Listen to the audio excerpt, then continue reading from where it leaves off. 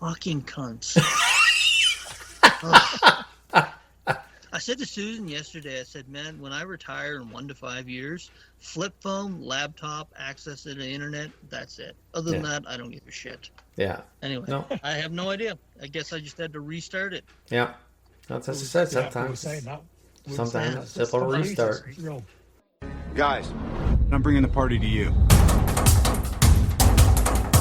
Snakes. Why did it have to be snakes? You big dummy. Oh, great Odin's raven. Say hello to my little friend. I stepped in a ditch last night, man. I almost froze my balls off, man. You take drugs, Danny? Every day. Good. What's the problem? Yeah, David. Giggity, giggity, giggity, giggity. Oh, we no punchy fear well without. I'm the doctor.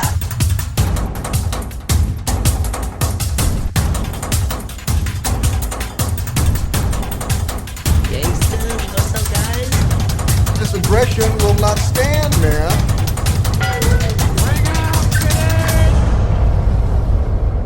Engage. Quiet, numbskulls. I'm broadcasting. Hey everybody, welcome to the Pulp Culture Cafe, season 14, episode 419. Come on, Come on, take yourself a seat in the corner boot and let's get our geek on, or let's get this boat on the road. So it's myself again. If you're tuning in, I went through some of our, if you're tuning in, thank you. We appreciate it. I appreciate everybody. If you're just listening to the old radio shows, thanks. But thanks if you're turning in for this. I went through the Lipson site to see where. So because of the population, the U.S. is number one. We're second, and the biggest province, Canada's second, I should say, and then the biggest province we get the most downloads is Alberta. So maybe we'll get some. We have to get some shirts again, Scott. So maybe we'll run into somebody. I have to tell Lee at the shop, we are supporting your shop. Your shop doesn't exist without us. Yeah. So. And we got like North Korea. We got one in North Korea. That's for torture.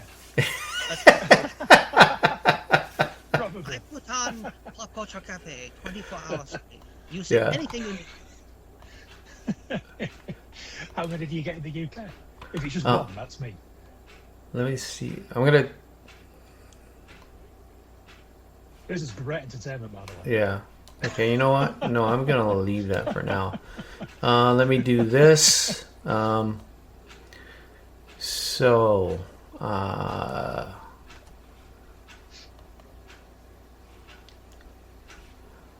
Be hilarious. So there's like 60 people around the radio in North Korea. He talk about us. He talk about us. Where did it fucking go? There we go. United King, you're only, 1, 2, 3, 4, 5, 6. You're 7. You're below Hong Kong, man. 7 of them. Wow. 7. Yeah. Number 7. Oh, that's terrible. Yeah. Those are the people. That's a cast of pluribus right there. So, I'm gonna have to start downloading it more than once. Yeah.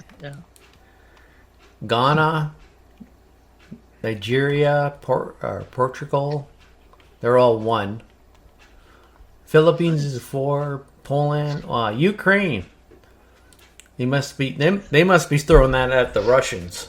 I was gonna say that's how they're funny. Again, go back to torture. That's what they use for torture. Yeah. So. Every time you see a drone on the news, that's what it's carrying. Flying over, instead of a bomb, it's flying over and there's coming through the speaker. USB sticks.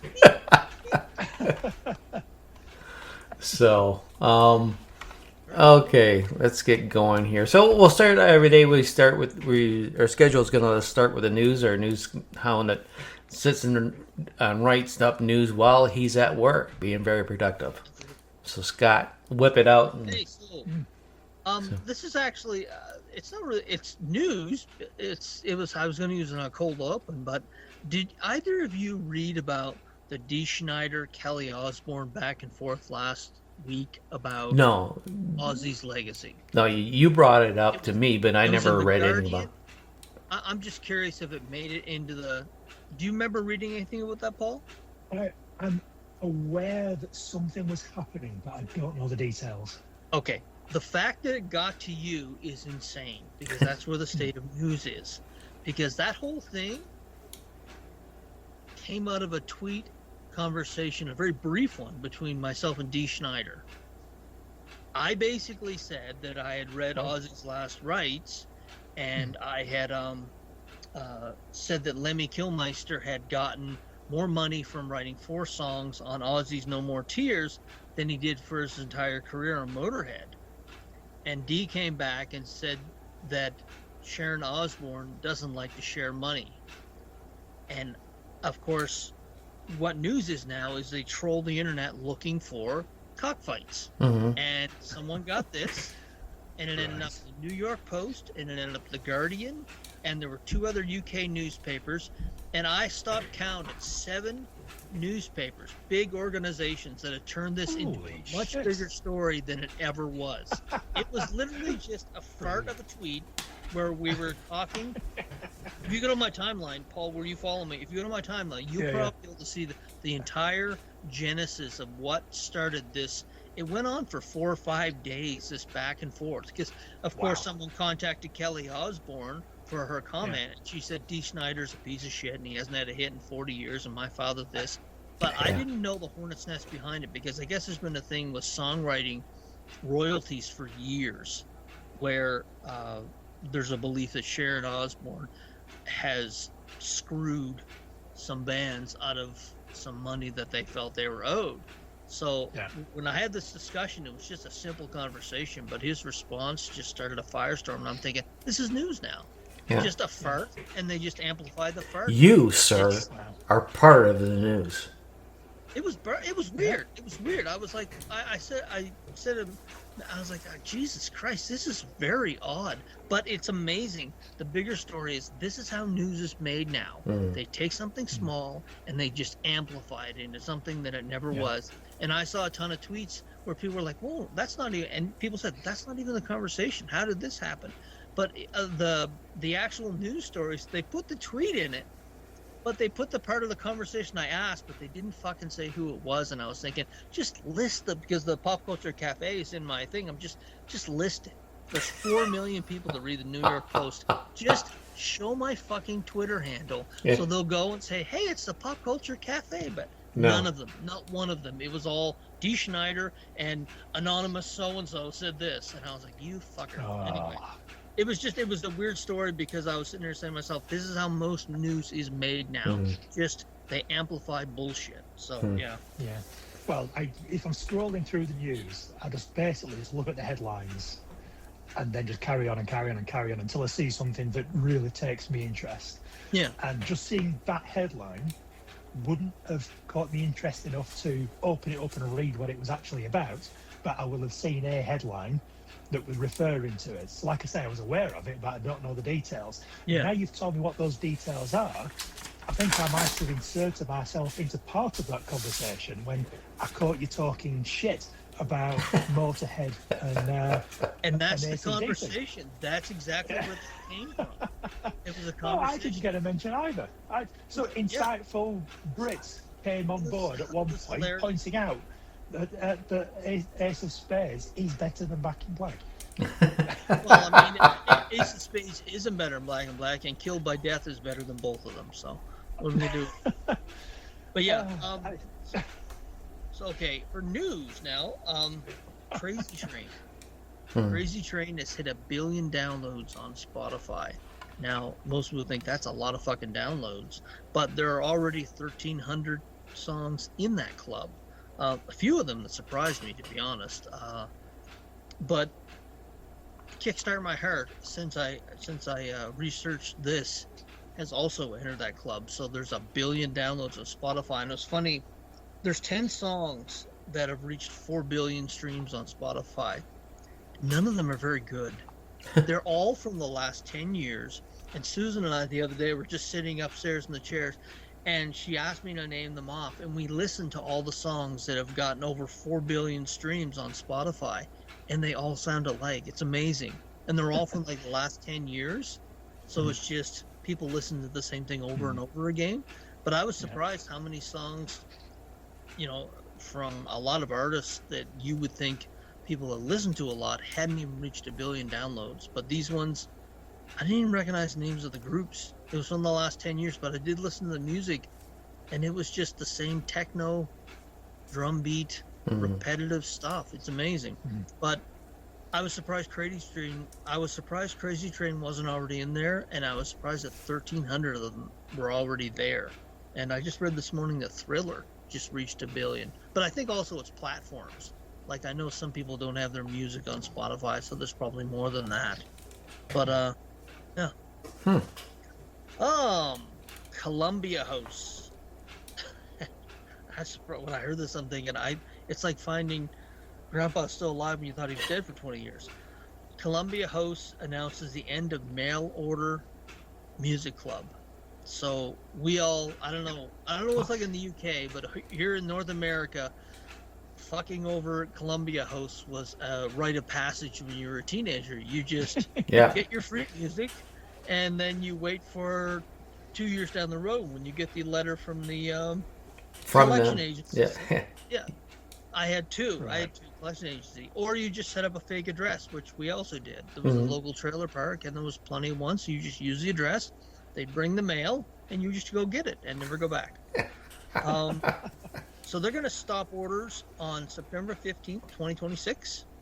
And I did not know it was still going. I thought neither did I. I thought it was dead a long time ago. Yeah. Started in 1956.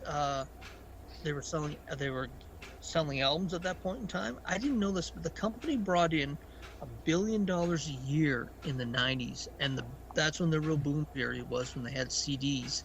But I can't believe it's still going.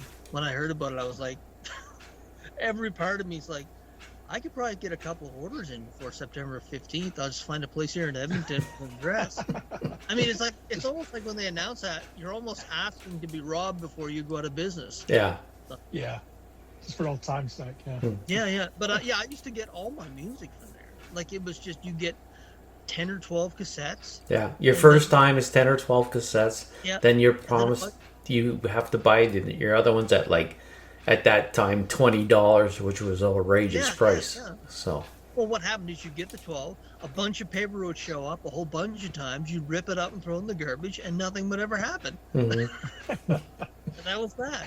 So, did they ever follow up with the collection agencies? I think I was like 13, 14 years of age at the time. Yeah. So I don't know whether it was one of those things where I was a young offender, but it never really bumped that's another thing. I remember that it never really dinged your credit rating. Yeah. And I had older friends in their 20s that are like, "Bud, it doesn't even hurt your credit rating." And I was thinking, okay, I will continue doing this. Then I did it at least 2 or 3 times, at least. But rite of passage, just ripping off Columbia House. If you ask anybody, they're going to say, yeah, I ripped them off and I got some great free music. So. We probably had something similar, but I'm not aware of anything in the last 20 years, surely. When did Netflix stop sending you discs? I can't remember. Oh, shit. Oh, Jesus. Because I used to copy it. Possibly, yeah, because I used to copy a lot of discs from Netflix before sending them back. Yeah. Because they must have known. Because you can't watch 12 hours worth of DVDs overnight and send them back and get another one. I got the whole series of Battlestar Galactica in the space of a week. Really? Yeah. I never used Netflix at all. I never used that Netflix at all. That whole, I think it was like 2010, maybe 2009. It was maybe 15, 16 years ago when they stopped. It wasn't very long ago. But I that whole thing of going through the mail was always very bizarre to me, especially at that point in time. You still had video stores. You could just go to the store, but getting it through the mail was. But yeah, I mean, I remember them being laughed at the time. Ha ha ha. 16 years later, no one's laughing at Netflix. Yeah. So. No. Yeah. Disney it's having its first, and that's the comics. They're having their first Star Wars and Marvel crossover. When I heard about this, it's first of all, it's launching in January 2027. It's a 5-issue limited series. It's written by Kevin Smith. It's going to coincide with the 50th anniversary of Star Wars, which I think is in January, February, which is going to be released in the theaters, and I'm going to go see it. I mean, it's going to be the original version, so I'm going to go check that out in the theaters. I don't know what kind of story they can tell here. It's not like Predator and Aliens, where Earth was always part of the storyline and they could bring it in. I mean, it would be cool to see, Captain America and Luke Skywalker together, but I don't know what kind of coherent story you tell. And honestly, love Kevin Smith. I wish they would have set it up with a more creative novelist, someone who, like, I read their book. I read their one shot. It wasn't bad, but it was kind of not But hocus, not the right word. Kevin Smith's It one wasn't a shot? coherent story. What's that? The Kevin Smith one shot, where they're your Marvel Universe one. That's one you're talking about. Yeah, exactly. yeah. Kevin Smith is more. He's a ground level writer. If that makes any sense. Yeah, it does. It does, and that's kind of what I was getting at. I was saying if they're going to do something that challenging creatively, I wish they had put like a Jonathan Hickman or Ryan North or someone else on it who could put together. I just don't know how you put those two universes together and make it into any kind of coherent story. I mean, obviously there's the multiverse, but that's you can only pull that out of your ass so many times. But I'm sure it's going to sell money because it's going to be the first time you're going to see these iconic characters together. It's never been done before. I won't pick it up. Yeah, I'm going to pick up the first issue and see what it's like. But I don't know. It feels like it's just going to be hokey, but we'll see. No, I just stop trying to mix these things. There's no way to mix. There should be no way to mix this stuff up. So no, I don't know how they do it. I mean, other than just to see these characters interacting with each other, I don't know where they're going to get a coherent storyline. I mean, I said they've done it with Aliens and Predator, and for the most part, it's been really good writing because the one is Earth, so they can actually do it. I mean, Paul, you read the Predator Marvel Universe stuff. That was really good. It was. John, did you say you got the first issue of Planet of the Apes and Predator? I don't think so. Okay, yeah. It was very good, so you can do it. But and it'll probably be like $7.99. It's not going to be $4.99. It's going to be, it's going to have the Kevin Smith is writing this markup on the book. Yeah. So, do you guys got any news, or should I just keep going? I got snot all over my desk. Okay. Is that news? Or that's the normal state of affairs. Breaking news. I watched a couple of trailers, if that counts as news. Sure, go ahead. Have either of you seen the Vision Quest trailer? Yes. Vision Quest. Oh, yes. Yes, I have.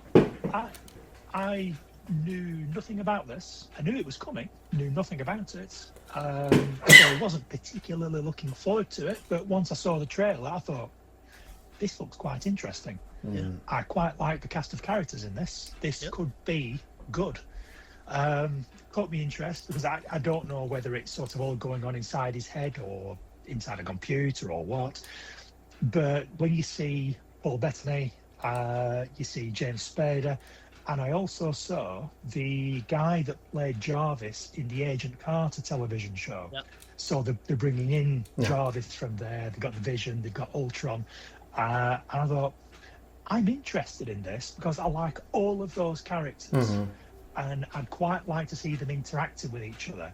And I think it will actually be more interesting to see good actors interacting with each other in real life rather than just full of CGI layers. And I thought, you know what? I still don't really know what it's about, but I'm going to watch it anyway because the quality of the show, hopefully, is going to be very good for who's in it. And let's just throwing so much money at it that James Spader is just thinking, you know what, fuck it, I'll do it. I don't give a shit. I'll just say whatever you want me to say that's on the page. I don't think so. I don't No. think so. And I think whatever happens, I think he will bring a certain quality to it that will make it entertaining regardless. So yeah, I was pleasantly surprised by the show. I had no idea what to expect, but now I'm looking forward to it. And I think, when does it come out? Is it late this fall, year I or is think, it isn't it? early next year? Is Early it next about year, maybe. October? I can't remember. Possibly October or beginning of next year. When I saw James Spader, I was just happy because I haven't really seen him since the Blacklist ended. He's just a wonderful actor. Yeah. Like it's one of these things that he's the Scott Wilson of this series. He's gonna bring the level up of storytelling to it, and I was just really happy to see that he had decided to do it. But I mean, he said in interviews, and I've watched a couple of interviews in the last couple of days because I'm watching clips from the Blacklist. That he's picky. He can be picky because he's done very well with the Blacklist, and he had a movie career before that, and he did Boston Legal, and he said I can afford to be picky. And when he said I can afford to be picky, I'm thinking, okay, well he probably saw the script and he probably gave a few notes, and I think it'll be a success, to be quite honest, because there's a strong pedigree of actors in that, and Ultron looked fantastic. I mean, I think it'll be a mix of CGI and some really good acting. So I'm actually looking forward to it more than I was before I saw the trailer. So mission accomplished there. Yeah. He's a very charismatic actor. I'm looking forward to that. And that it brings me into what you were saying. Then you think it'll be successful. It brings me to something else. I think it'll be critically successful, but not commercially successful, because I don't think a lot of the casual nerds will be interested in it. I can see it being a little bit, how can I put it?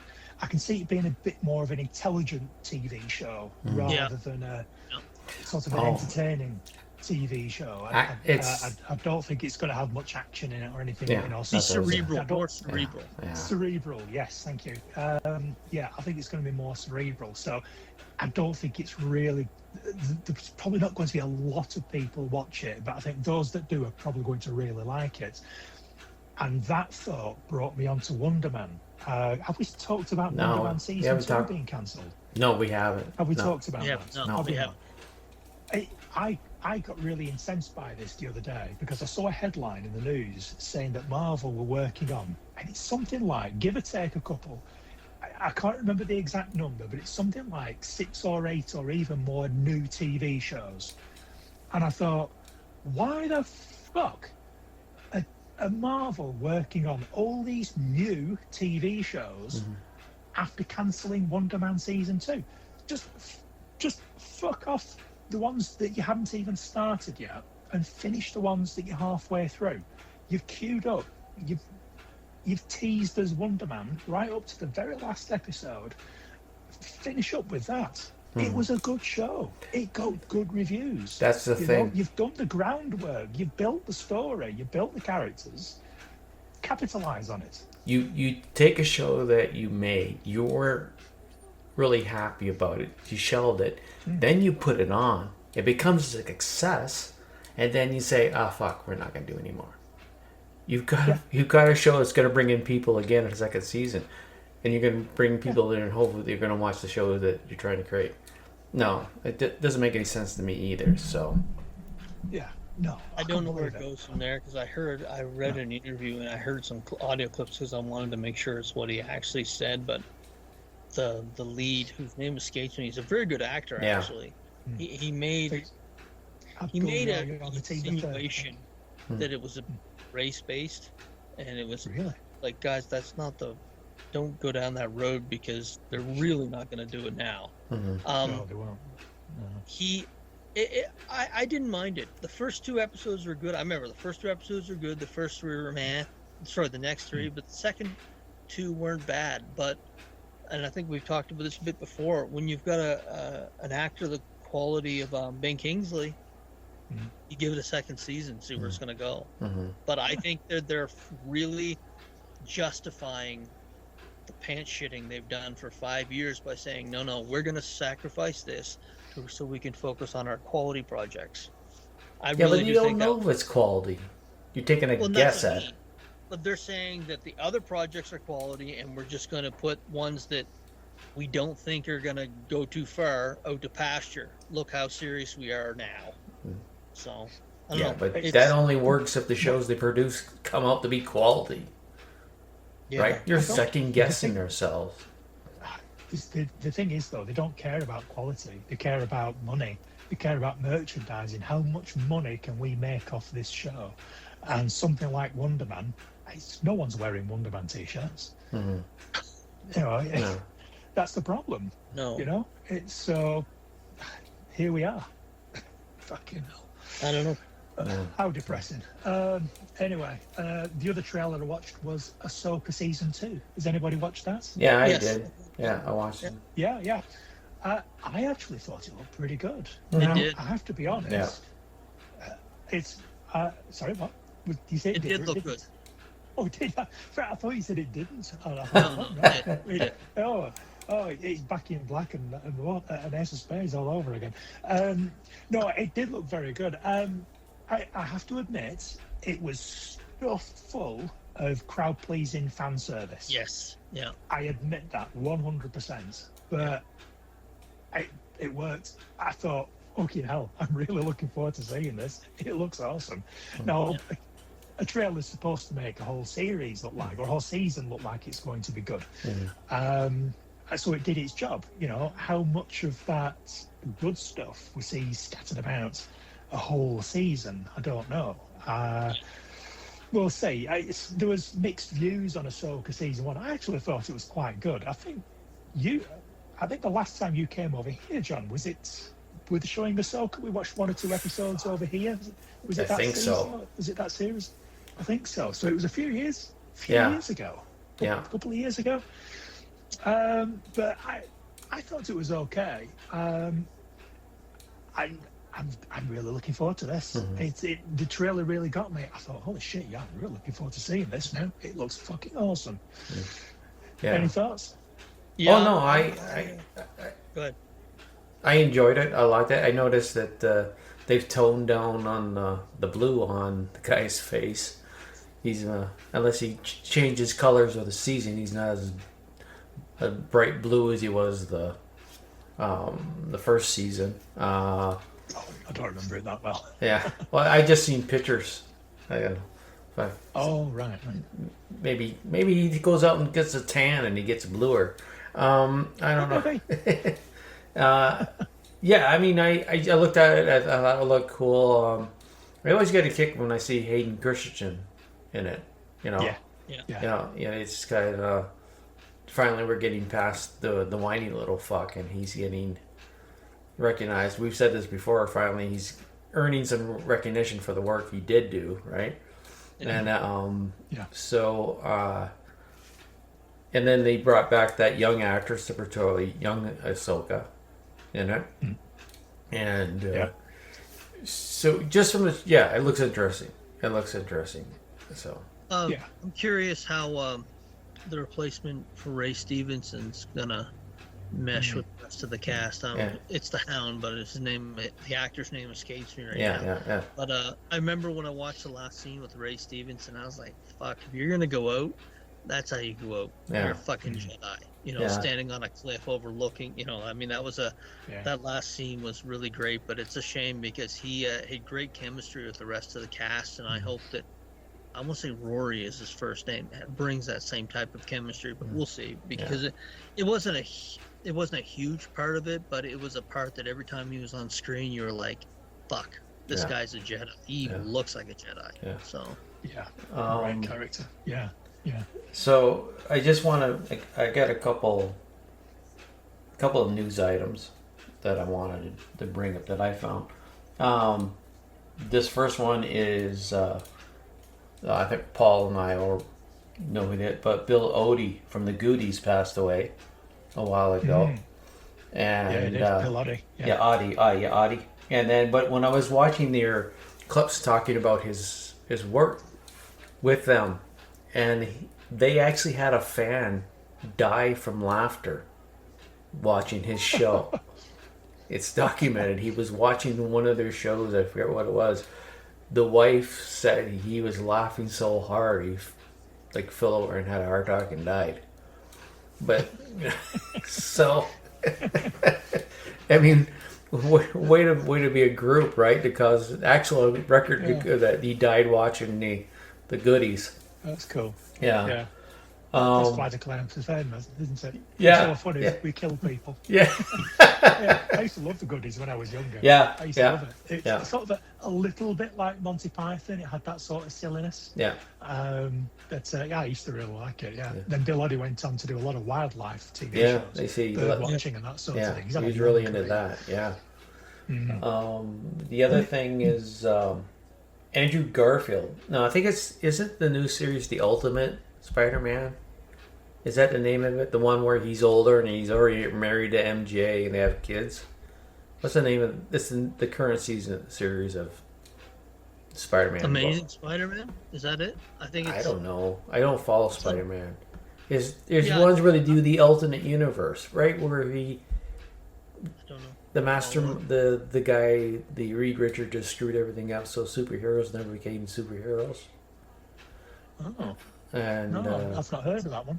So, but there's a I'd be picture interested to watch it. Well, it's not a TV; it's a comic book. So. Oh, I see. Oh well. Yeah. No, I don't know. I thought we were talking about. No. Show. All I'm saying is that the character drawn in the comic book, Andrew Garfield, looks just like that character. He showed pictures of him. He's got the hair, the beard, and everything like that. So he could pull off being that version of Spider-Man right now if they wanted to be. Yeah. And he does look like him. So.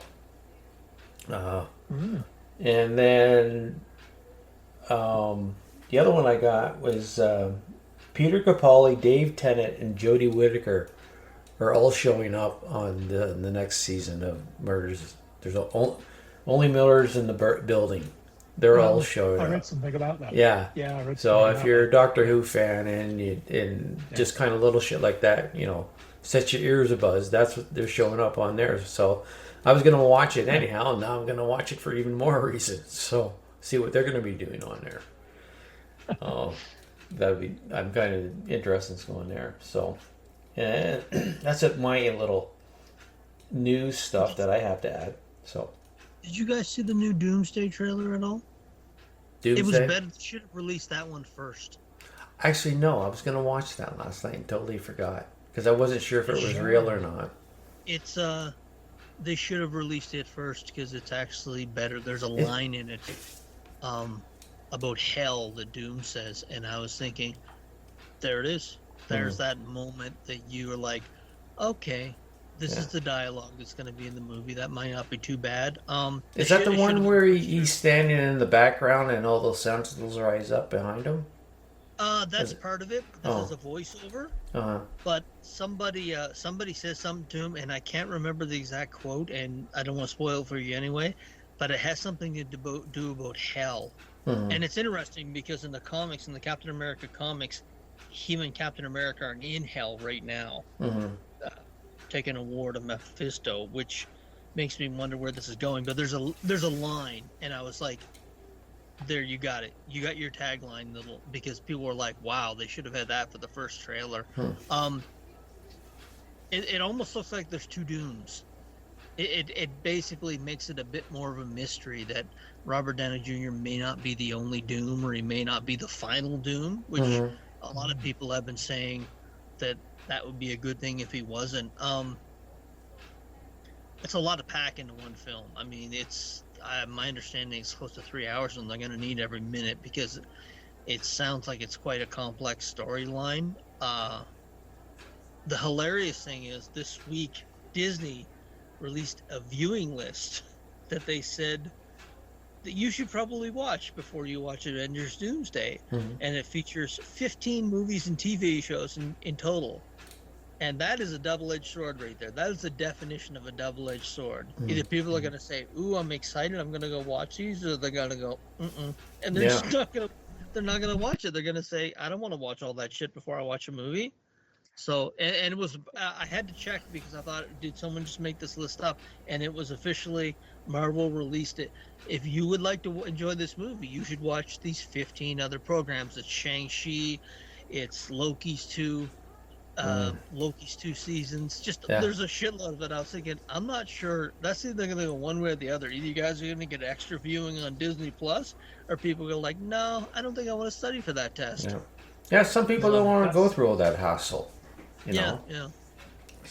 I suspect, and from my point of view, I think the people like me who've already seen all of that are going to start thinking that's actually reassuring. This is kind of like coming to an Infinity War Endgame moment where everything comes together. If you're drawing on 15 different shows to tell this story, I'm there for that.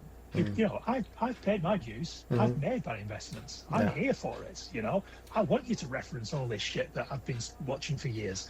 I'd love that. But if you haven't already seen it, you don't give enough of a shit to go and watch it now so you can watch Doomsday. And if you don't give enough of a shit to watch all that before watching Doomsday, you're just not going to watch Doomsday. If you know you're going to have to watch all that shit and you don't want to, you're not going to go and see Doomsday. So it is definitely a double-edged sword, but I think it biases towards fucking themselves up the arse with a poker, because they're probably going to drive more people away than bring more people in. Well, this is the idea I think they're doing, because Avengers Endgame, the encore, opens in theaters on September 25th. So you've got from September 25th to December the 18th. So you've got a solid 3 or 4 months. And I'm guessing they're betting on that a whole bunch of people will go to the theaters to see that extra 4 minutes of footage, which is in Avengers Endgame, and then say, oh, I'm really interested in this.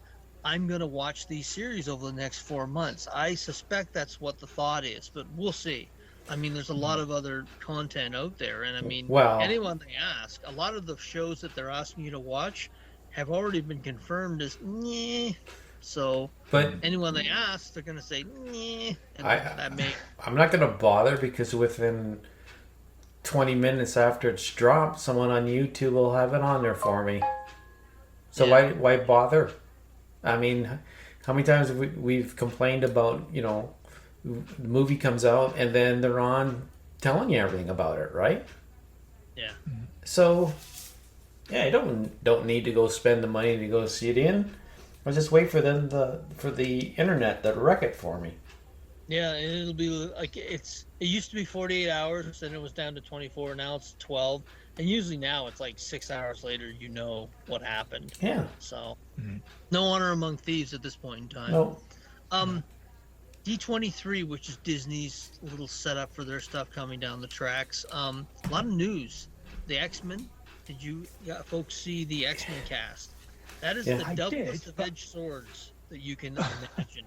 Because I don't know who most of them are. No, that's the playoff, and also you know who the X-Men are. Like with, for instance, Spider-Man, Andrew Garfield and Tobey Maguire. They played for like 6 or 7 years, and that's with a lot of characters. They only play them for a certain amount of time, and they either recast them. That X-Men universe has been 27 years. So you've got Patrick Stewart, Ian McKellen, Hugh Jackman playing these characters for almost 30 years. And that's the uphill battle these folks have. I saw Samantha Weaving, who's going to be playing Emma Frost. She looks the fucking part. She's a beautiful woman.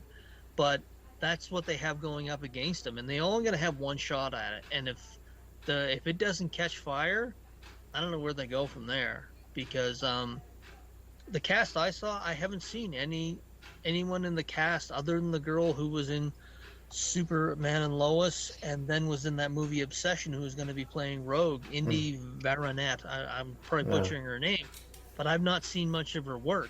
But anyone they mentioned, I have not seen any of their work, and I'm guessing anyone over the age of 35 or 40 hasn't seen the work either. So that's going to be interesting. But they've got the cast, and they seem pretty serious about it when they announced them. Adam Driver is going to be Mr. Sinister, which is going to be kind of cool because they're bringing a character who has not been on the TV screens yet, or movie screens, I should say. Ryan Gosling as Ghost Rider was it's funny. You contrast that with Blade that took like 7 years and never did. Him and Sean Levy, when they were working on Star Wars Star Wars Starfighter, took them 6 minutes. Sean Levy said we talked for 6 minutes and it was in stone, and we literally went to Kevin Feige that day and he said fuck yeah. So that's how fast that came together, and I think that's going to be a great film. But the dates that they put in seem like they're in stone. They seem much more solid than the last 5 years worth, where they were like, that infamous Inhumans film that never got off the ground. They're giving it 2 years. Most of the films aren't dropping until a minimum of 2028. So they're giving themselves enough time to get it done and get it done right, so they don't have to keep pushing it down the road. But there are other stuff. There's a new Frozen coming out, the third one. Olaf's getting a girlfriend, so that he's got some place to put that carrot then. I was gonna say that carrot's gonna move from his face to his crotch, and but other than that, the X-Men, Ghost Rider were the biggest takeaways from a D23, but they seemed more prepared than they had in years, which to me was a bonus, a positive in my opinion. Didn't they bring up the last Starfighter at Disney? Not the last Starfighter. What the fuck is it called? No. Starfighter. Star Wars Starfighter. Starfighter. What is it called? Star Wars Starfighter. Okay, that's what I meant. Yeah. I never saw too much news on it. I know they're filming it. I've got a story actually. I saw a clip for it. Tom Cruise being on set, but I haven't heard that much about it. Yeah, it's coming out July 28th, 2028. Yeah, there's a little trailer online for it. Is there? Yeah. I haven't seen it. Amy Adams is in it, Ryan Gosling, and there's 2 other people that I read were in it, and I was thinking, okay, that's a good start. With Amy Adams, she's done comedy for so long. There's a skit. Have you guys seen Zach Galifianakis and her on Between Two Ferns? No. Where it's on the internet? No. And he gives her notes as an actress. He says, okay, I want you to take this, and I want you to give me a serious depiction of how you feel about this. And he's very serious. He says, okay, go. She goes, don't you ever fart on my tits again. Okay, and I was like, and every time I hear Amy Adams' name now, all I think of her dramatically saying, don't you ever fart on my tits again. And I was like, okay. But she's a fantastic actress. But after Talladega Nights, I'm actually looking forward to her in a more of a serious role. I think it's gonna be a good movie. I really do. I hope so. They need a win. They're not They doing need very well, Star Wars at the moment. They do. Just before we move away from D23, the X-Men casting. I was reading one article. It made a point of saying that they hadn't announced a new Wolverine. Yeah. So there's a little bit of speculation about who it could be and blah Oh, blah. yeah. And could Hugh Jackman be coming back over there? And I'm wondering if now is the right time to make Laura Kinney the new Wolverine and just go back to Daphne Keane. Yeah, I heard she is in it. Just maybe that's why they haven't announced a new Wolverine, because they've already got one. And Yeah. they're going to drop that one in maybe as a bit of an Easter egg in a trailer at some If point. you want to Like, oh, shit. update it, like they've, like you're doing within the young cast, to hope to get these new, newer fans in there, I hope they do. and they bring her in I as hope a they step. do, to be honest. Yeah. Yeah, do it. Do it. Why not? Hugh Jackman's been Wolverine for, like you said, 27 years. Yeah. And I think it'll be more of a problem for the franchise if they replace Hugh Jackman as Wolverine than if they just give it to X-23. I wish they wouldn't call her that's X-23. I've never liked because they've done it in the comics with Daredevil, they've done it with Wolverine, they've done it with all the characters where they just slap the Wolverine moniker or Daredevil or not Captain America, but it's like, just give them an original. They can have claws, but just give them their own name, their own identity, so you're not dragging around. When you say Wolverine, it's like all you do is remind people of Hugh Jackman and how good he was in the part. So right out of the gate, whoever he's not out yet, so it's is. Exactly, he's in that part. But it's like you just remind people of, oh God, I loved Hugh Jackman as a Wolverine. Make her X-23 or give her another moniker. Or a chest binder. Give her a chest binder. But no, it'd be a really good. Actually, I think it'd be a good transition because they would have her. She's established. We know her as X-23. The audience likes her, wants to see more of her. Then you after brought her back in the last Deadpool film.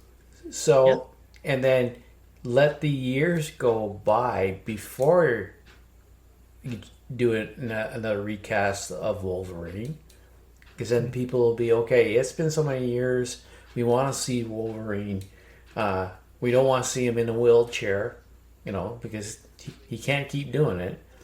And then you get a brand new actor. Then let her do her series of X-Men stuff with that character.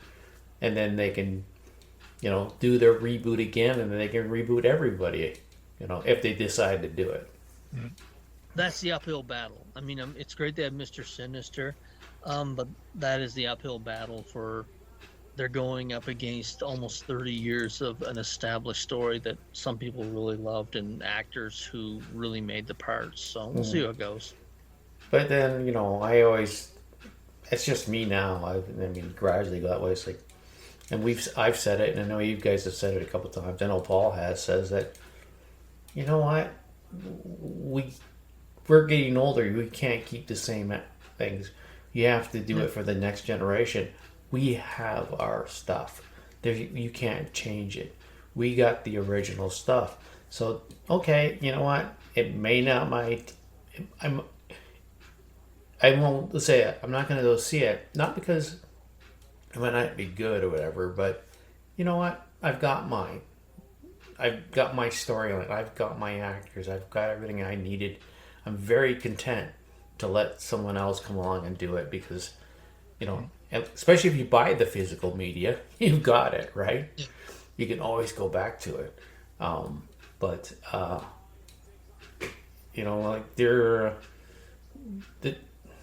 It's only us old fuckers that get upset when they change stuff, right? Well, we fear it. We fear it. And rightly so. We fear the change. Yes. So. We're like, who we are? We're Walter Matthau, grumpy old men. Mm-hmm. I don't like it. Everything changes and always changes for the worse. Yeah. Yeah. Okay, so let's go on to... we've done a few things already, but let's do a couple more things we've watched, because I've got a couple stuff here that I wanted to bring up. First, I've mentioned this with Paul on Twitter, but I talked about Silo. The first few episodes of it, I was not really into it. I didn't really like what's going on. But it has gotten better. I have really started to enjoy it, and now it's like, okay, it's Silo's on tonight, let's go, I'm going to go and watch it, not wait 2 or 3 days when I feel like it. So, that has changed for me. I really enjoy what they're doing now. It's getting the time leap stuff. It sounds like what's happening is definitely, we know it does happen, but it's not there's nothing you can do to change it. There's nothing that you can do to change it. It's going to, we know it happens, but I'm trying to figure out how to put it, but it's, that man is just meant to kill itself off. It's just, we're just designed to do that. And,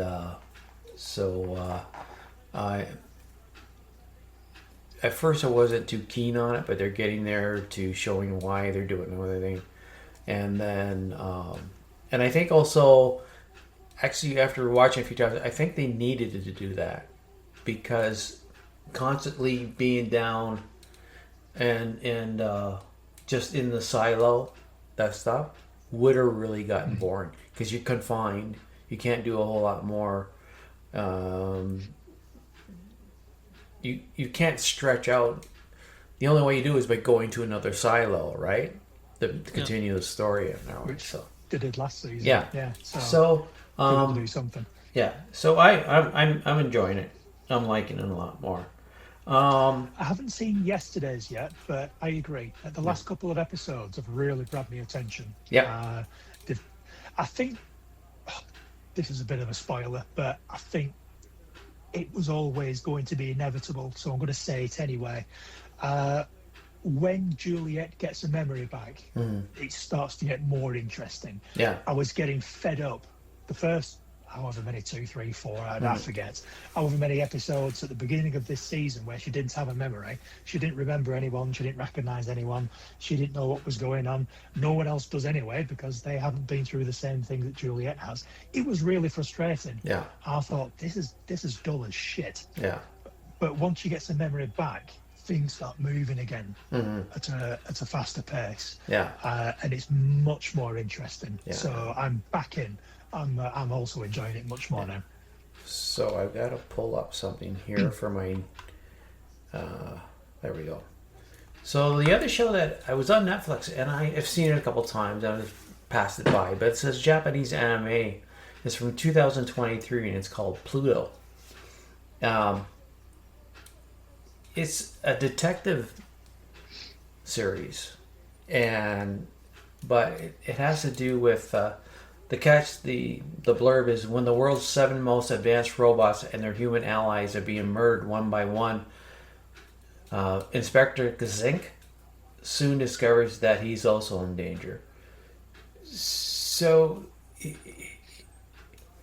what I've been finding when I've been watching some of these Japanese stuff is that parts, it's almost like a radio play when they talk and do their dialogue.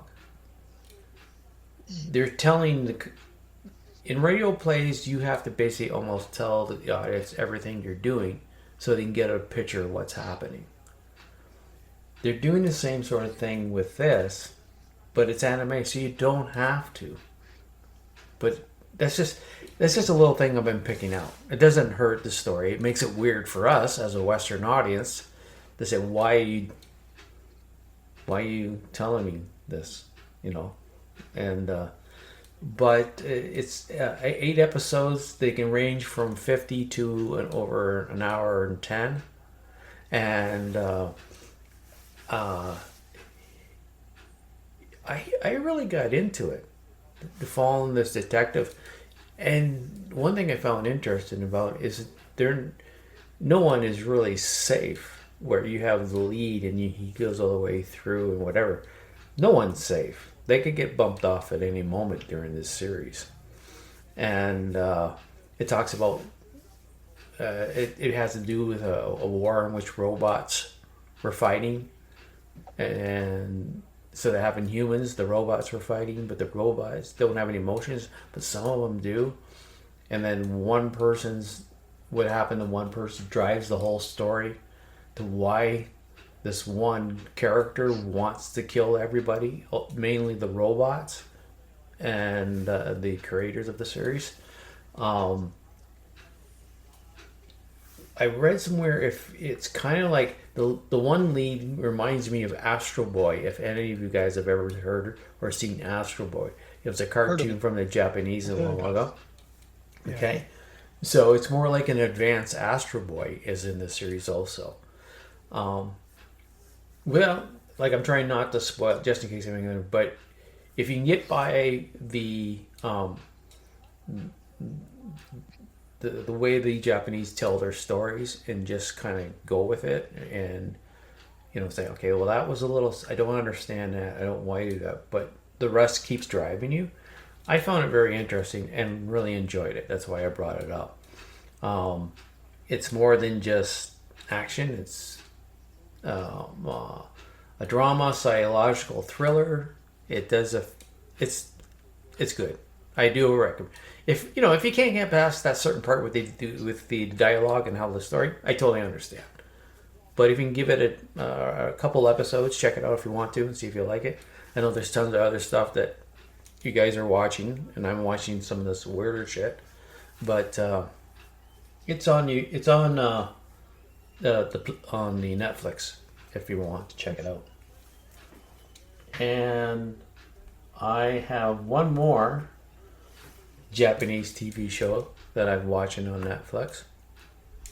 And where is it? Gate 24, The Border. So basically what it's just is in an airport where they've taken two divisions of the Japanese the government, or there's the airport security, and then there's like the government part for watching out for let's say terrorists and stuff like that, and they merged them so they're in one spot, but they're bumping heads because you're not supposed to do that, I'm supposed to do that, and they're bumping heads. But the thing that brought me is that some of these stories now the Japanese have picked it up. I don't know about the rest of their television, what they do, but there's a quirky little young girl in it. So they bring in the quirky character, has these little... She's not good with people, really, but she's very observant about stuff. And in the first episode, she notices that the travel bag the guy's bringing is heavier. It's a lot heavier. He's putting a lot more weight into carrying into it. And she notices something about the wheels. And they find out that the wheels are actually gold. They've made wheels out of gold, covered it with this black residue, so it looks like regular wheels, and he's smuggling gold into the country.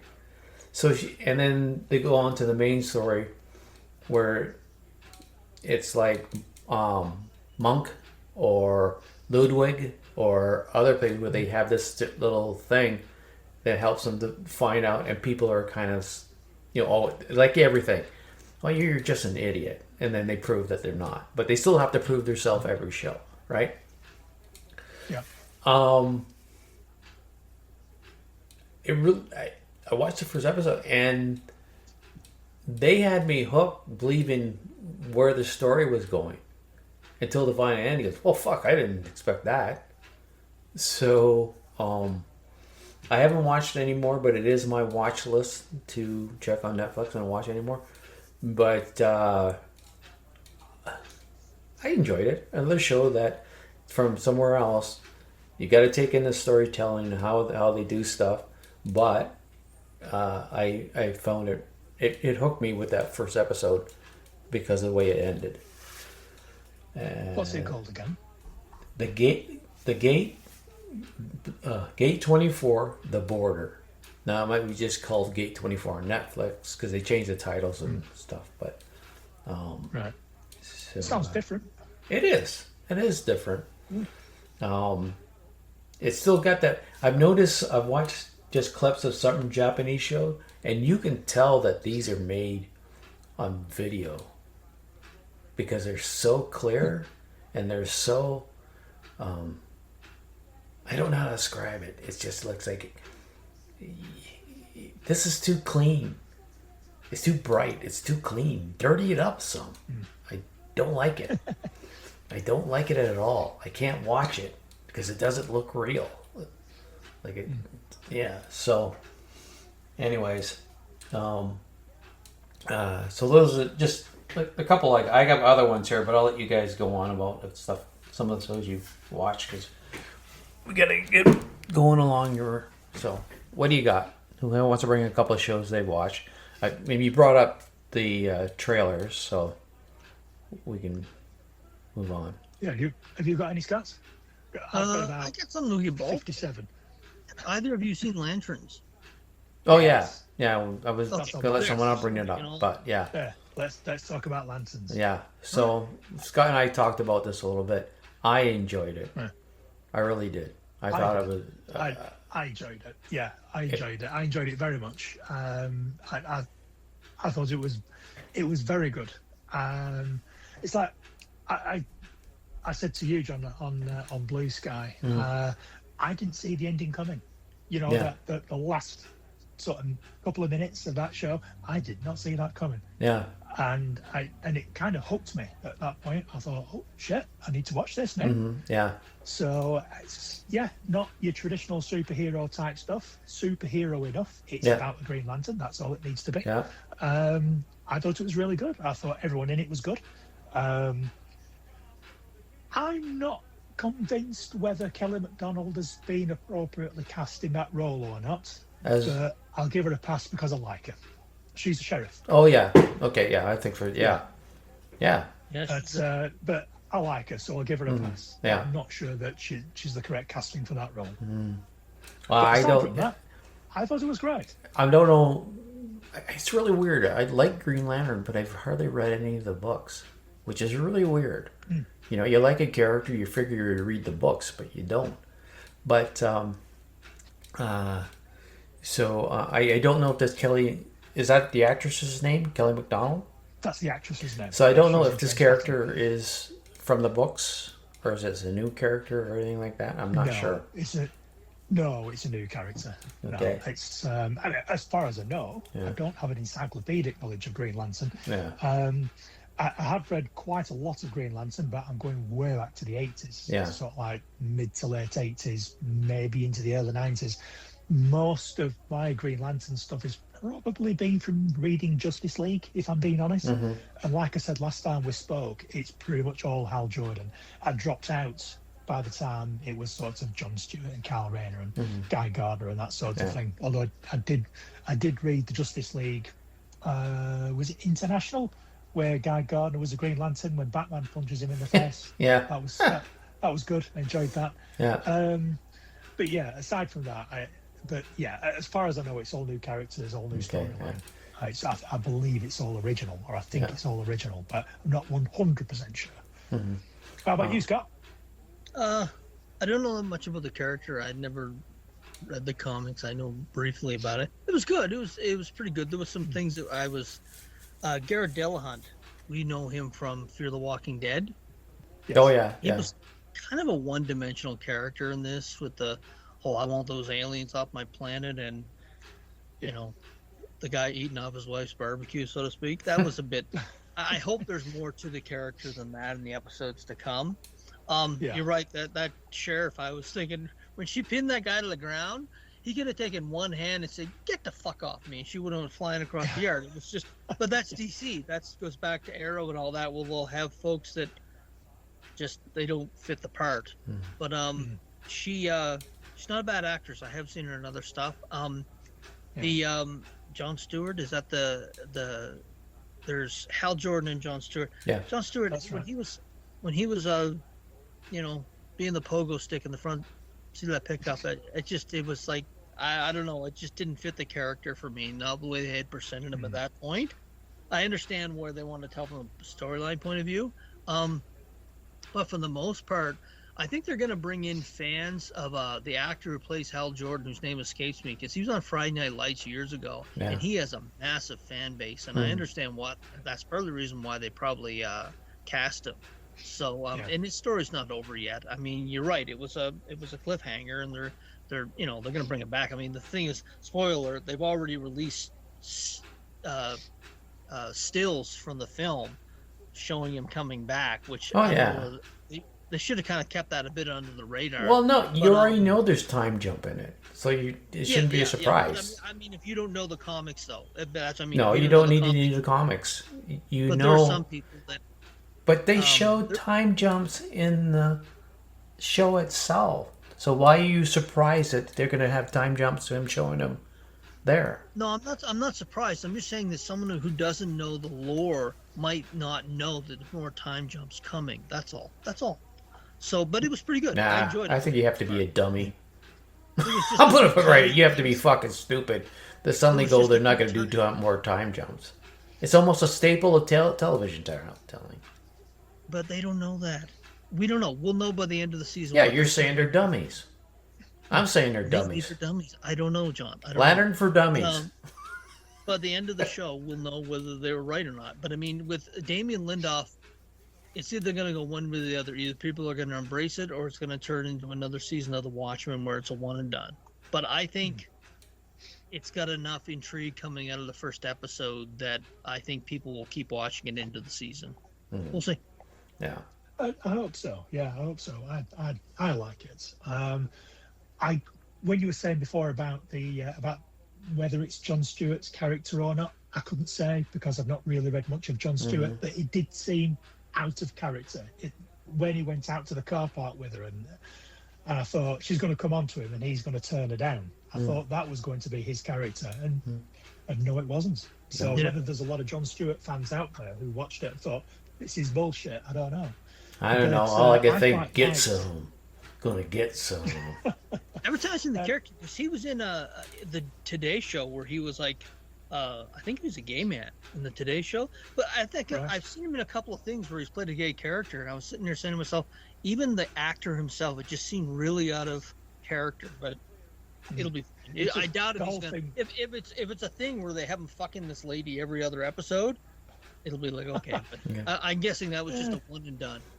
I expect it's a one and done, but it didn't. It looked very uncomfortable for everybody involved. Whether it was supposed to or not, I don't know. Yeah. But I'm kind of pleased that they did it, because when the guy from Fear the Walking Dead was being a bit shitty with him, I thought he's going to turn out he's just a racist. You know, this is just it's just passive racism. Passive aggressive racism, and then when it turns out that he was actually married to the woman and he knew that he'd fucked her, I thought, oh, he's not a racist, he just doesn't like him because he fucked his wife. I'm like, oh, that's fair enough. I'm glad that this redneck militia guy isn't a racist. That's nice. That's a nice turn up for the books. But I do quite like what they've done with Hal Jordan, because he has once or twice been the bad guy. He has in the comics, he has been the bad guy, and he has been a world-ending bad guy. He was Parallax at one point, and I think he's been somebody else. Has he been the Spectre at some point as well? Anyway, I digress. But yeah, I don't mind what they're doing with it. I don't mind him being older. I don't mind him being jaded, because let's not forget, at the point where the story is taking place, it's roughly, I think, if mental arithmetic serves me correctly, I think he's been a space cop for about 20 years at that point. I thought, who the fuck doesn't get jaded after being a cop for 20 years? So, you know, I get that. I get why he's being a bit of a dick. I get why he's jaded. I get why he's cynical. And as you get to our age, you do get to be a bit of a dick. You know, it's our right. It's our right as middle-aged men to be a bit shitty with people because we're fucking sick of them. So I kind of get all of that. So I don't mind what they're doing at all, with one or two minor exceptions. But aside from that, I'm really looking forward to the rest of the series. I hope it stays this good. For me, it was something, again, a little bit different from the normal stuff that I've been seeing. Because it's been such a long we've seen so many of the superheroes, and they're always you know, in their superhero stuff, being the superhero, and this is like, you know, like the closest maybe you can say I just popped in my head, it's like Daredevil.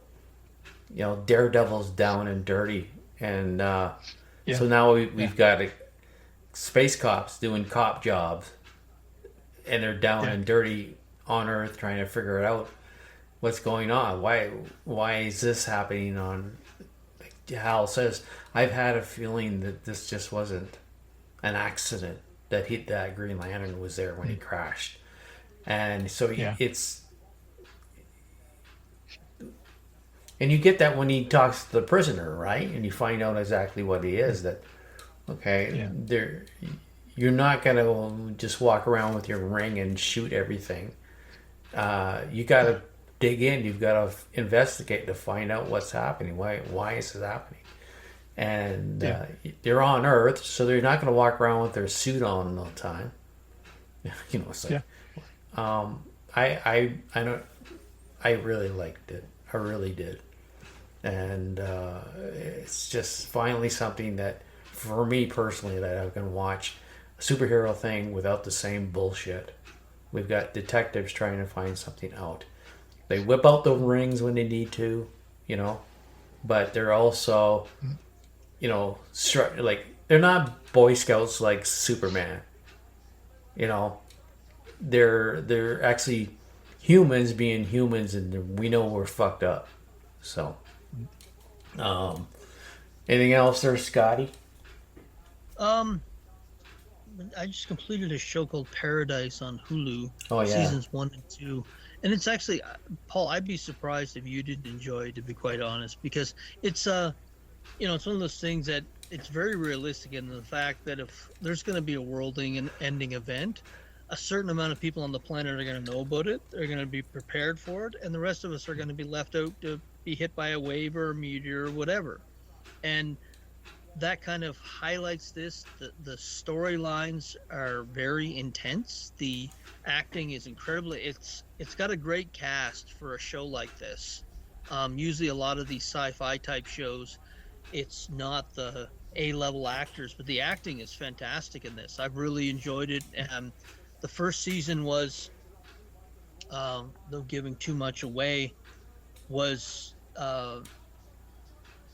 in the safe space, in the safe place, I should say. And the second season, it's 5 years later, and they're starting to go back to the surface. And I think that would happen in the real world. If these people were tucked away when they tried to come out, the people who were still alive wouldn't be very happy with them. It's got a fantastic. James Marsden is actually, he plays the president in it, and he does a very good acting job. And I wouldn't be surprised if over the last 2 or 3 years this has been on the air, that people have looked at it, and that's where he's getting some of his work from now, because he's fantastic in that part. There's one actress I want to pull. I'd never seen her before, but she plays one of the best psychopaths I think I've ever seen in my life. Her name is Nicole Bryden Bloom. She plays a Secret Service agent by the name of Jane Driscoll, and her facial mannerisms when she is going from point A to point B, it's some of the best physical acting I've seen of how. And they've set up a nice part for her, but it's a great cast. It's led by Sterling K. Brown. He had a series on NBC about 3 or 4 years ago. Remember that really obese woman was on it? You know what I'm speaking about? I cannot remember the name, but he was in it. But he plays a very strong lead, but it's kind of an ensemble cast. But I thought when I first started it, it was just going to be another apocalyptic show, but it's much more than that. They kind of make you care about the characters the same way The Walking Dead made you care about the characters, so that when something does happen to them, you genuinely feel remorse that they're gone. There's some very uncomfortable stuff in the fact that as society starts to unravel, this is exactly what would happen, and where they have a 10-episode season, they can give you more details of how it would happen and how people would react, and that's all another thing I liked about it. So if you're looking for something in that vein with good acting, pretty good CGI actually, and a good storyline that in a genre where everything's been done, I saw some stuff I hadn't seen before. So right. This sounds really interesting. When you said the name Paradise, I thought that rings a bell, but I know I've not seen it, but I can't remember where I know the name from. And then when you said James Marsden plays the president, I thought I've seen trailers for it. I've seen like brief clips and things. I've heard it's very good, but I've never watched it because I had no idea what it was about. I thought it was some sort of political drama. No, because it's not. I knew It there was isn't. a president in it. Yeah. So, but this sounds exactly the sort of thing that I would enjoy. I had no idea it had anything at all to do with the apocalypse. It so is a now political drama, I'm but 100% interested. It's like, I would say the events that created the end of the world, they're the zombies, and the cast is the survivors, where the politics are still there. Even as, you want a continuation of humanity, you want a continuation of government, but you have people, that greed in humanity is still there, and that need for control. So I don't want to give too much away because I think you're really going to enjoy it, but yeah, it's more of a, I would say it's much more of a human a human experiment more than anything. It just happens to be against the backdrop of that humanity collapsing. Yeah. See, But it's sounds very like well done. something my wife would enjoy as well. Yeah. 'Cause she Yeah. doesn't That's like an zombies Apple stuff. too, right? If it had zombies in it, she would not be interested. No. If I tell her it's a political drama, she'll Yeah. be interested. If there's only one minus I could speak about it, they in a couple episodes they kind of, when people are, you remember in The Walking Dead, the survivors are sweaty and their clothes were dirty and that kind of shit. A few times I'm thinking, oh, they went to a camping store and just bought that before the scene, because it's much more cleaner than it should be for what the shit they've gone through. But other than that, it's pretty good. It's pretty good. Okay. It's original too. Yeah, and it's on Apple, right? Hulu actually. Okay. Yeah, so Yeah, that's that's probably be why- Disney. Yeah, Okay. yeah.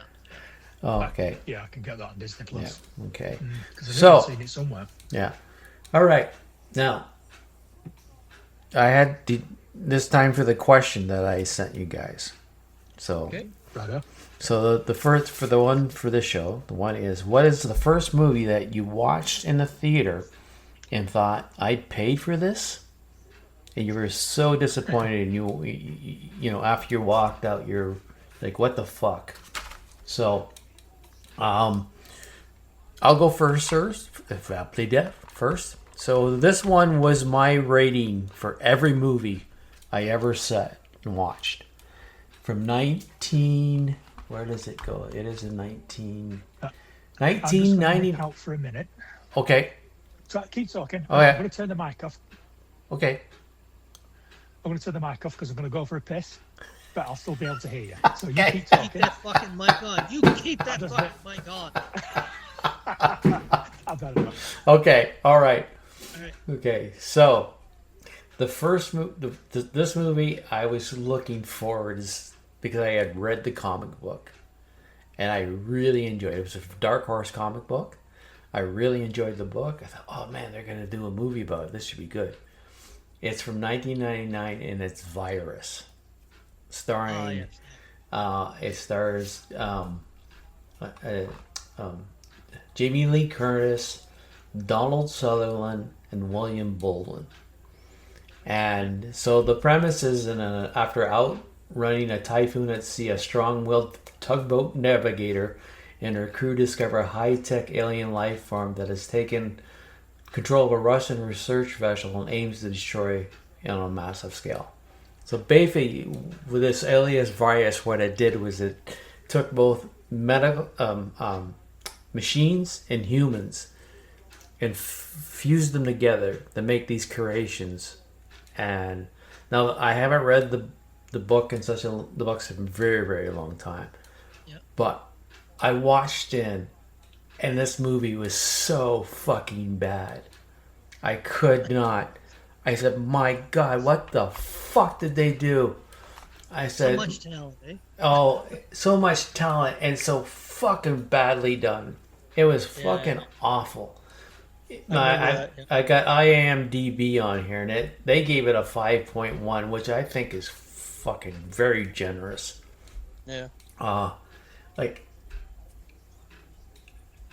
all I can say is that up until there's another movie that came out that I thought took over for Virus. I can't remember what it is.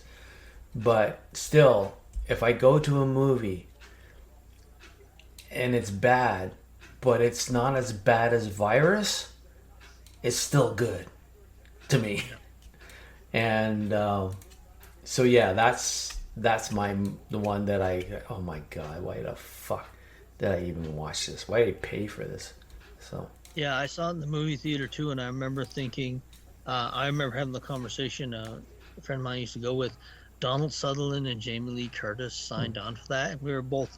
It was a money. They just said, "How much money are you paying me?" Great, I need to buy this, this, and this. Let's do it. yeah, it's Mine. Did you ever see a movie called Cutthroat Island? yeah, with Gina Davis. Gina Davis. Yeah. This was in '95. In 1992, Linda Hamilton had become an action star in The Terminator, and they were looking for new female action stars. And Gina Davis, her husband Rennie Harlan was who she was married to, was the director on this, and he pushed to have her in the lead. And by pushing to have her in the lead, Michael Douglas quit because he realized, rightly so, that she had more parts writing for her and his part was getting less, and so he dropped out. And Matthew Modine stepped in for the only reason is that he knew how to fence and he knew the swords. And I remember Kendra and I walked out of this, and Kendra looked at me and she said, "They're going to bankrupt that fucking studio." And they did. They bankrupted a studio. It cost about 125 million, and it made like 10. Oh wow! And it bankrupted Calico Productions, I think was the name of the company, and it helped bankrupt it. But I remember specifically Kendra and I walking out of there like, "What the hell was that?" And she loved Gina Davis, huge fan of her acting. She was like, "They're going to bankrupt," because she was like, "We are now geeks," and she knew that Calico had borrowed some money to make this expensive film that was going to bomb. And she said, "They're going to bankrupt it." And sure enough, 3 months later, Calico, I think it's Calico Productions is the name of the company, filed for bankruptcy. And we were walked out of there. And I remember people were saying that it was one of the strongest leads since Linda Hamilton in Terminator 3 years beforehand. And there was a lot of people in the theater. This is back in the day when you into matinees, you were half, 3/4 full. And people were just like, "What the fuck did we just watch? The sets look like shit. The fighting looked like shit. The acting was wooden." They were doing rewrites of the script almost right up until the day they were shooting, which is normal now, but back then.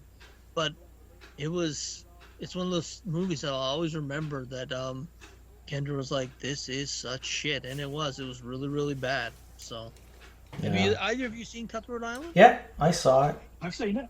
Yeah, I've seen What it. did you guys I can't disagree with you. Nah, Yeah, okay. I don't know. No, I'll just have to go back to my statement from earlier. It wasn't that bad. It wasn't virus. So Yeah. But that stands out in my mind. So that would be the one that I walked out of there saying, "What the hell did I just watch?" yeah. Okay. Paul.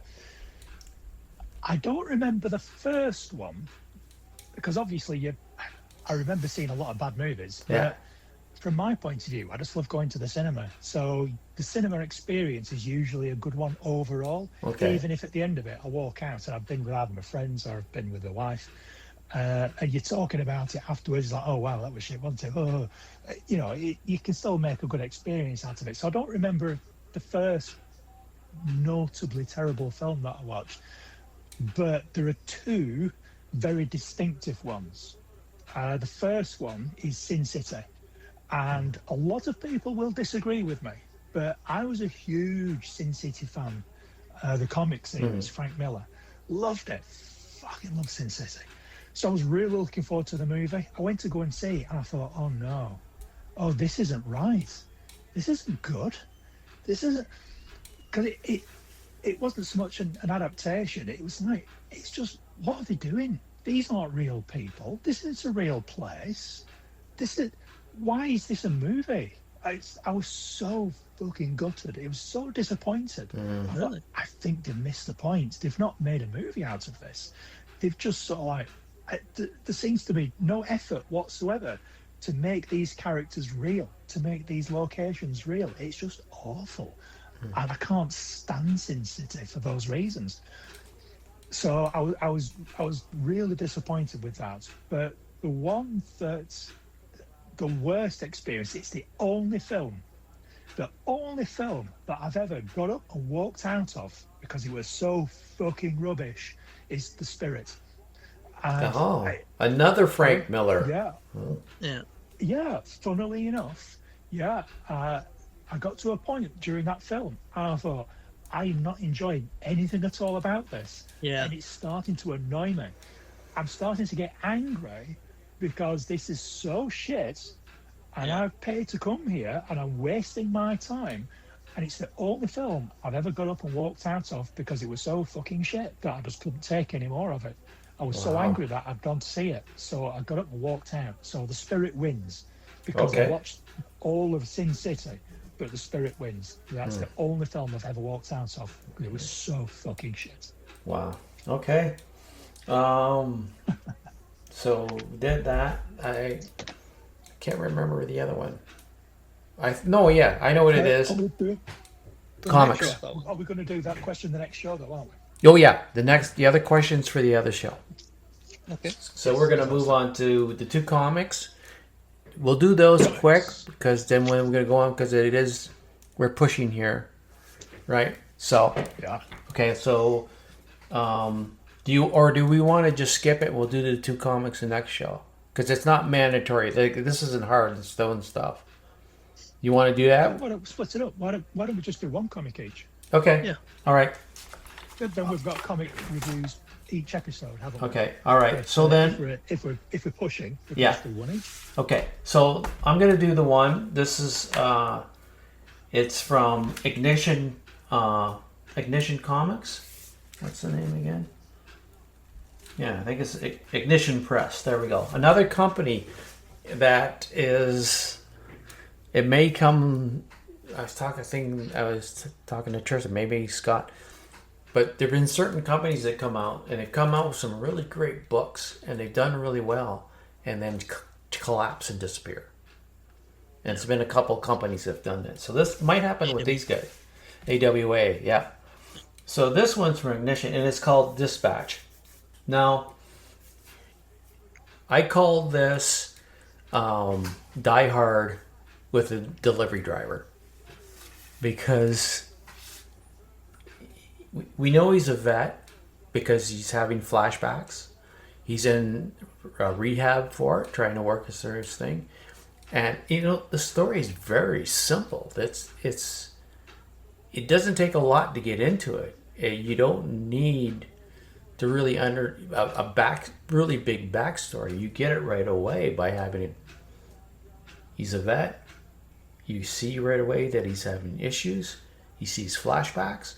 So what happens, and the reason I call it Die Hard with a delivery driver, is because he's making a delivery to a high-rise office, and then during his delivery, some guys come in and they're to steal something.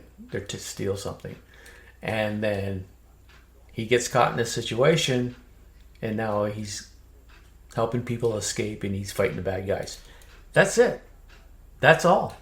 Oh, that plot does sound familiar. Yeah, and it's like you don't need any deeper explanation of what's going on in this very first book. But for some reason, I really enjoyed it. It's like it isn't a brain bore. It's like an old comic book where you just sit and you read it and you enjoy it. You don't have to give it what issue, how many issues ago did this happen or whatever, or that. It's all set up right from the start so you can enjoy it right from the start. So if you just want a book to sit and read, it doesn't take long to read either, but just give you some simple, plain enjoyment. I recommend it. Dispatch. It is written by B. Clay Moore, illustrated Danielle Gett, and colored Lee Longridge, and lettered by N-World Design, which is not a person, it's probably a company. The art is good. I'm pretty sure I saw this guy's art somewhere before. I can't remember, but it reminds me of another book a while ago that I read. Skin Cop. So that's it. You don't have to rush in and buy it because you're spending. We're spending like $5 Canadian for it. Just for this one book, and I don't know what it'll be in pounds, but if you just want a simple read, I recommend it.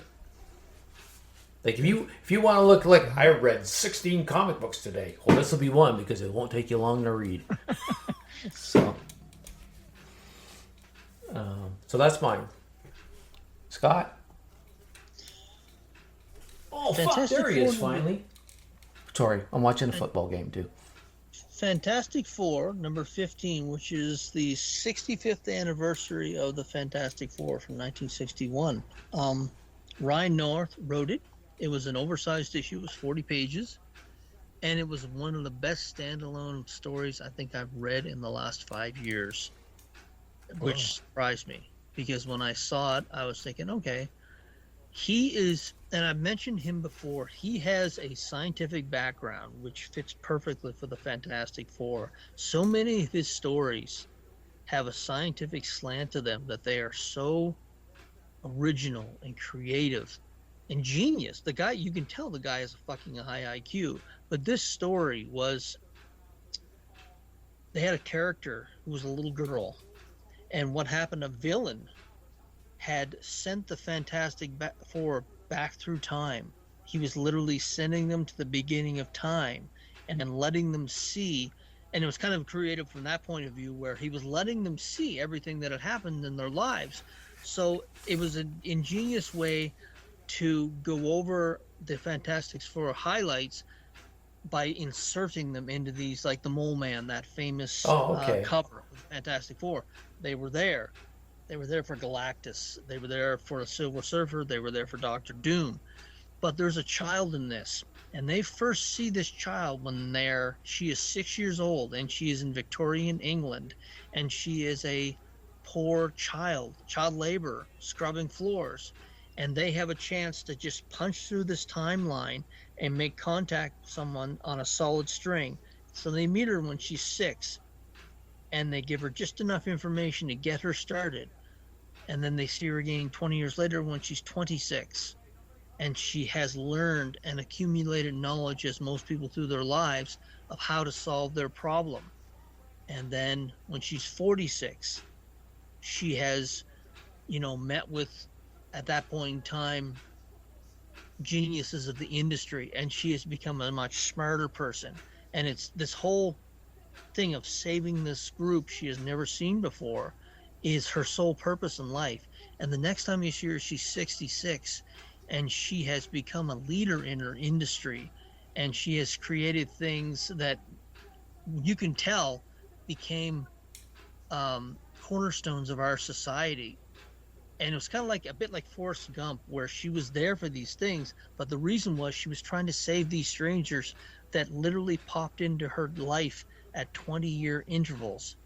And by the end of it, you're thinking, the way they made this character part of the story, that she is this unsung hero from history that saved the Fantastic Four by being able to learn all the things that was needed through her lifetime. So her whole life's purpose from 6 years old to the time she died was saving a team that she'd never know why, other than the fact that they were just human beings who needed her help. And I thought that was just, it reminded me a lot of the writer. You and I said he was a great, one year you and I both had him as our favorite comic, and I cannot remember his name for the life of me. You know what I'm speaking about? No. My memory's not that good anymore. Maybe it's Paul. Yeah. I can't remember. Anyway, it was one of the best standalone books I think I read in the first 5 years, because in the last 5 years, because this character was just lost to time, but she was the hero that you never hear about. And it's ingenious how he made her life all about simply saving people who are popping in and out of her life at minutes at a time. It was just very well written. It was just, I think he's a smart guy, but he actually brought a lot of heart to this actual particular book.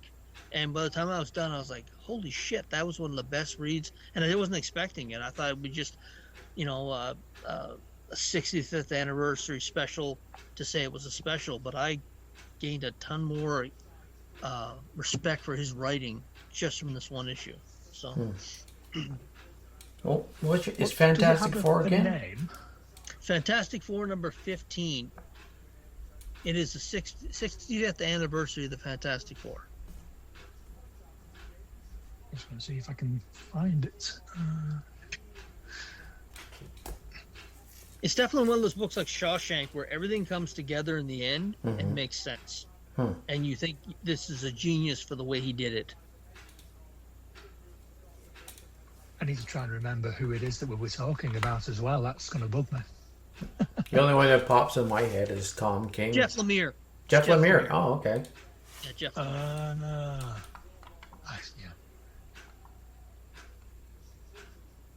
Here we go. Is this it? Fantastic Four number 15 by Ryan North. Yeah, that's him. That'll be it. Brilliant guy. Brilliant guy.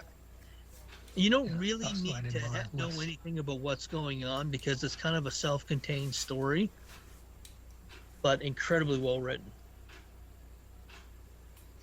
Yep, that's going in the list. Oh. Excellent. Okay. Yeah. All right. I like the sounds of that a lot. Yeah, I might get interested in it too. So. Yeah. Yeah. I've always I liked just the sold Fantastic 2,000 copies of it. Whoop, whoop. Well, 2. Yeah. Yeah. All right, Paul. Well, I can. I'll dumb it right down because that sounds like a really interesting story. But I'm just going to talk about the Punisher because the last time we spoke, I bought the trade paperback of the Punisher relaunch by Benjamin Percy. Yes. Since read it, which I promised I would. Yeah, really liked it. Yeah, really liked it. 5 issues. It's exactly like you said, Scott. It's just really good. It's just very well written. It was a really interesting story, and yeah, there's an awful lot of fighting and killing and violence and that sort of thing, and and that's great. But it was really interesting. It was very similar to the one that I read, ironically, pretty much sort of parallel to while you were reading this one, and they both had similar themes about the Punisher being sort of brainwashed, or in Benjamin Percy's case, it was electronic. He had something slotted into his spine that was affecting his brain. The one I was reading was more about literally being brainwashed. The one I read was pretty shit. The one you were reading was actually pretty good. So when I came on slagging mine off, you were very surprised because we both thought we were talking about the same story, and we were not. And I thought this was really good. Thought there's obviously a broader story going on with Wilson Fisk. Yes. Which I'm not aware of, which I assume carries on elsewhere. Well, Daredevil. Or carries on. Long story short, in Daredevil, he had a religious awakening. And he said that in order to save the city, I'm going to have to do some things that are unsavory. I'm going to need a bullet. And Frank Castle's that bullet. It was hilarious the way that whole stuff with Jason Aaron, where he went to Weird World. It was like, we went and got him, and now he's back, and we're never going to mention it again. Ta-da! Yeah. I think there was like a brief mention of Weird World in there, and that was it. And then all the cops are sort of like, oh shit, the Punisher's back. And it's just as if he's been to, I don't know, France or something. And now he's back. And he's got his classics costume on. He's doing Punisher things. I just thought it was very good. It was very well written. Most Punisher stories are very kind of two-dimensional because there's bad guys and good guys, and Punisher's the good guy and he sort of kills the bad guys. But there's just an extra depth to this story. I mean, I was shocked by some of the stuff that Tombstone was doing. I did not think he was going to cut that policeman up into little pieces. Or the old woman that was with him. That I thought, Jesus, he went there. Well, Red all the way there. That comic came when it was in the store. The physical copy was bagged. You had to buy it before you could see what was in the inside of it. They call it the Red Band edition, and there's a reason why it's Red Band. I'm surprised. Did they have any warning on it when you bought it digitally? Like, this will give you nightmares. No, nothing. No. I don't remember seeing a warning. No. It was Red Band. That was real. A couple of them were, but it's it does say Red Band. It does say it's Red Band, but it doesn't explain what Red Band is. I didn't know that. I didn't know that it came in a bag and it has a red band on it. Yes, it does. Don't read this. Yeah, exactly. That's me. Yeah, but I really enjoyed it, and also it made sense because I'd started reading the follow-up storyline, which kind of jumps right in, kind of to where the other one leaves off. Which I was a little confused about. And then when we spoke about it and you said that you really need to read that one first, I absolutely agree, because it sets everything up, you know, like, oh, Frank's back and microchip's there and blah, blah. And so I'm really looking forward to following up, because I stopped reading the follow-up story until I'd read this first one, this first installment, if you will. So now I'm really looking forward to getting back into the next set, and I'm going to be reading those before the next time we speak. But yeah, that Punisher relaunch from Benjamin Percy. What was the name of it? It was it doesn't name, I think. Brain Bleed. Yeah. Brain. So the title of the storyline is Brain Bleed. Great art too. Margaret Shadow's a fantastic art. Yeah. So it's probably quite a good jumping on point for anyone who hasn't read The Punisher, or people who've seen Spider-Man who want to read The Punisher. It's as good a starting point as any, you know, because every single fucking storyline, you always get a recap of why he's the Punisher. They always mention his wife and kids getting killed, and so, you know, it's as good a jumping on point as any. What I did like was what at the back of the trade that I bought, there's some of the variant covers, and one of them was just like a Punisher skull, but it was like a mosaic, and it was a mosaic of all classic Punisher covers, the Punisher War Journal, Punisher Warzone from over the decades at this point. And I recognise an awful lot of them, and I probably own an awful lot of them. So that I spent a lot of time just looking at that mosaic, trying to spot as many as I could that I recognised. There was one bit in it that made me laugh though. Quite near the start, right at the start, if I remember correctly, there's a priest goes into the confession box, and there's somebody in the confession box talking to him, and he's sort of like, basically, he says, "Look, I know that you're a kiddie fiddler," in not so many words. And the priest sort of like, he looks through the window, and he sees this massive giant of a man with a bald head, who used to be the mayor of New York, who's been the crime kingpin for I don't know how many years at this point. The priest says to him, "Who are you?" How the fuck does that priest not know that is the kingpin? Where's he been? Where has this man been? Oh, that is outrageous. But I digress. What I was going to say, what I did like, at one point, the Punisher kind of gets his brain back in gear, and he goes into his own hideout, and there's a printer whirring away, and it sounds like an old Daisy wheel printer that's going clack, clack, clack, clack, clack. And he goes and picks up a page, and it says, "Welcome back, Frank."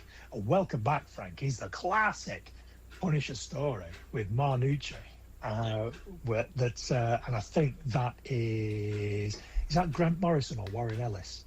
I always get them mixed up. I think it's Grant Morrison. Drawn by Steve Dillon. Classic Punisher storyline. And I thought that's got to be a direct reference to that. And as a long-time Punisher fan, I really enjoyed that. So art's really good. The art's fantastic. I liked everything about it. So I can highly recommend it to anyone who doesn't even usually read The Punisher. Just give it a go. It's a pretty entertaining story. The end. All right. And then we're going to be the end. We need to take a break. Actually, which means I can go for a little longer. So I need to get a coffee and take a piss, and this will be the end of this episode. And then we will be back to record for the next one, which will be out a week after I drop this. Bye, folks. Thanks for listening. Bye. Ladies and gentlemen, my mother thanks you, my father thanks you, my sister thanks you, and I thank you. That's all, folks. Thank you. Come again. Why, you little?